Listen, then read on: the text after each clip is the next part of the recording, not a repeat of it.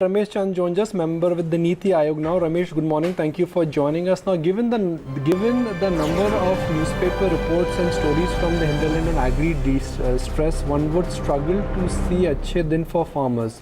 What is the latest you are picking up on ground rural stress and how it is affecting various aspects of our economy? In fact, there are some problems with the agriculture sector, but all the time we are saying increase in rural distress, increase in agriculture distress. I do not agree with those kind of things.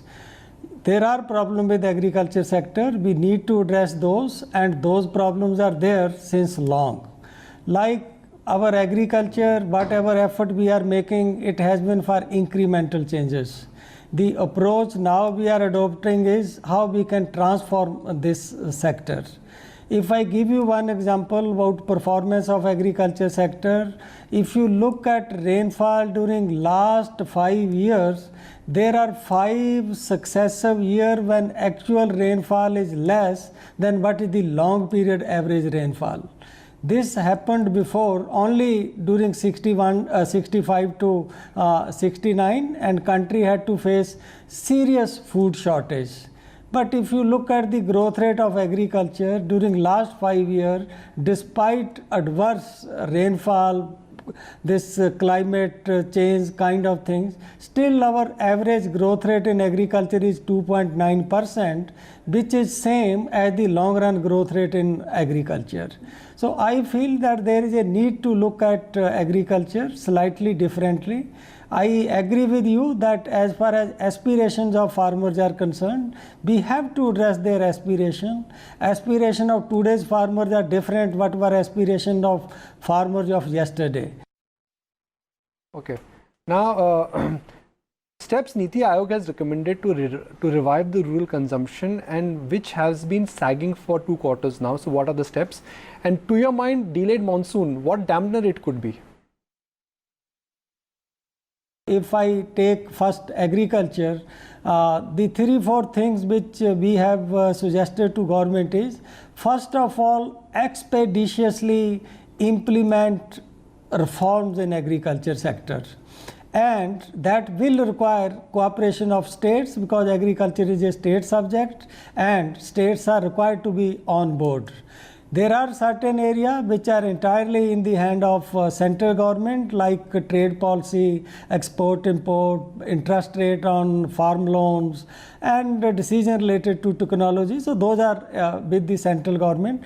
But market reform, implementation of contract farming, then this changes in Essential Commodity Act comes both in center and states purview. So these are some of the steps which we have suggested that top priority need to be given to reforms in agriculture sector. There are many things which will follow from that, but we also need to take some proactive steps to invite private corporate investment into agriculture. That is very, very important, that private sector should not look at agriculture only as a market for sale of input. They should invest into agriculture, and more investment into agriculture, take modern knowledge to agriculture. Sure. So how does the government intend to extend the direct income support scheme further in order to cure the kind of rural distress that we're seeing along with poor rural wage growth? And when we know that MSP hike is not the best long-term mechanism to alleviate farm distress, why has the cabinet gone ahead and hiked MSP for Kharif crops? You see, as far as income is concerned, since you know that last 2 years agriculture prices are low. They are low internationally. They are low in case of India. And the growth rate of agriculture prices for some period has been lower than what is the growth rate of non-agriculture prices. So some sort of relief was needed by the farmers, and that is but for this PM Kisan, that paying rupees 6,000 to all the farmers, it will provide some sort of relief to the farmers. Then there are other, you know that there is interest subvention, spreading Kisan credit card and credit to cover more and more farmers, expanding crop insurance. So these are kind of measures, some of the measures which are suggested to address this issue of farmer income through support measures. Then coming to your question that by this increase in MSP, you know that some increase in MSP is must to incentivize increase in production.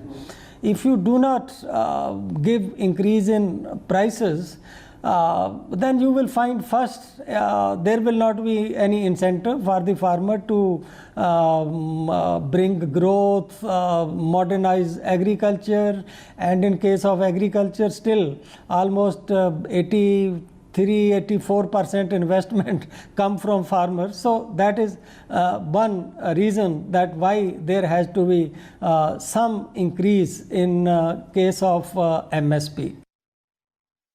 Okay, now if we look at DBT in fertilizer, it's the companies who've benefited more than the farmers, in fact, and the picture hasn't been much better for sugarcane farmers either. What have been NITI Aayog's suggestions and recommendations in this regard? You see, it is not that industry is benefited by fertilizer subsidy and farmer is not benefited or less benefited. In fact, you will find industry every year is demanding that they do not want this subsidy from the government.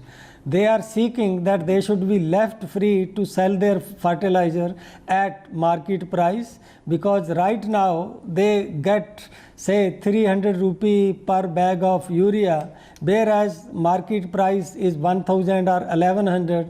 So balance 800 or whatever amount is paid to them by government, and it happens with some time lag and always full compensation may not be there.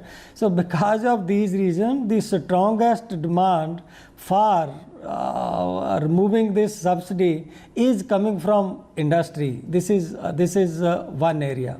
Then second is that okay, it can be transferred to farmers, that like gas, that first farmer pay full price and later on whatever is the subsidy that is given to him.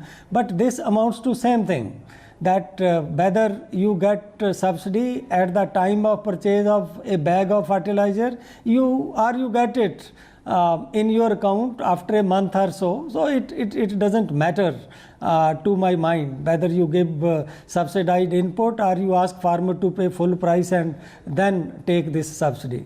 The real issue in case of fertilizer is first, how we balance this subsidy among NPK and micronutrients so that there is balanced use of fertilizer in Indian agriculture. Just to keep it simple, sir, what is the roadmap for agriculture?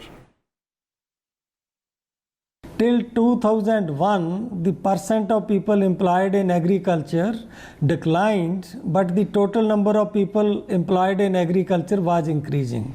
After 2001, which got intensified after 2004-05, even the absolute number of worker in agriculture has declined. So this process of worker moving out of agriculture has already started. I think we need to put in place measure that this process is accelerated. This is what is needed. And as far as share of agriculture in GDP is concerned, it must decline if an economy is growing, if an economy is making progress. If it doesn't happen, that means we are going backward toward agrarian economy. We are not heading toward a modern economy. But this mismatch in the decline in workforce and in share of agriculture in GDP, so some balance need to be kept, and I gave you example of linkage between farm and non-farm sector, linkage between food processing and food production.